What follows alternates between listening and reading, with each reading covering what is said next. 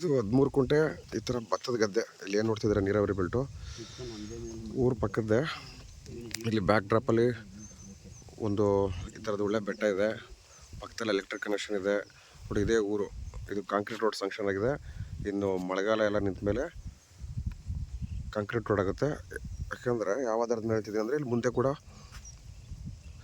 ಬೇರೆ ಬೇರೆ ಸಣ್ಣ ಪುಟ್ಟ ಊರುಗಳಿದೆ. ಕನಕಪುರ ಬಸ್ ಸ್ಟ್ಯಾಂಡಿಂದ ಇಲ್ಲಿಗೆ 8 ಕಿಲೋಮೀಟ್ರು. General category property. ಇಲ್ಲಿ ಏನು ಭತ್ತದ ಗಡ್ಡೆ ಕಾಣಿಸ್ತಿದೆ ರೆಕ್ಟಾಂಗಲ್ ಆಗಿದೆ. ಹಸು ಮೇಯ್ತೆ ಅದೆಲ್ಲ ಹಿಂದೆ, ಅದರಿಂದ ಹಿಂದಕ್ಕೆ ಬೇರೆ ಜಾಗ. ಇದು ನೋಡ್ಬೋದು ಭತ್ತದ ಗದ್ದೆ. ಇಲ್ಲೇನು ಕಾಣಿಸ್ತದೆ ಭತ್ತ ಬೆಳೆದಿದ್ದಾರೆ.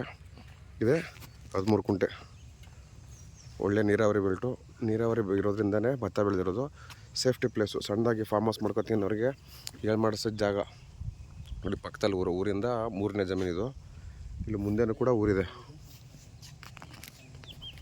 General category property. ಯಾವುದೇ ತಂಟೆ ತಕರಾರಿಲ್ಲ. Ready to register.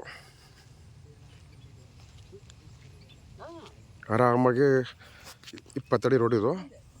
ಮಳೆ ನಿಂತ ಮೇಲೆ ಕಾಂಕ್ರೀಟು ಕನ್ಸ್ಟ್ರಕ್ಷನು ಸ್ಟಾರ್ಟ್ ಆಗುತ್ತೆ.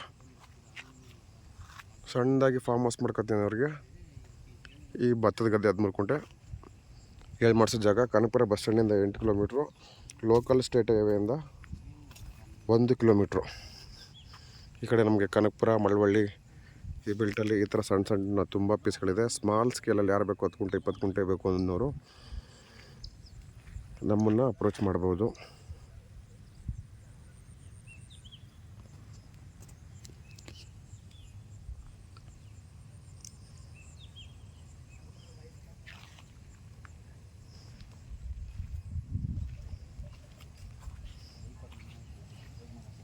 ಇಪ್ಪತ್ತಡಿ ಅಲ್ಲ 30 ಅಡಿನೇ ಬರುತ್ತೆ ರೋಡ್ ಇದು.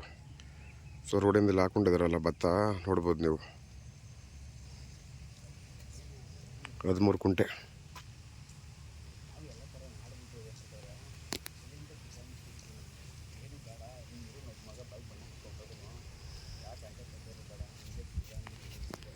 General category property.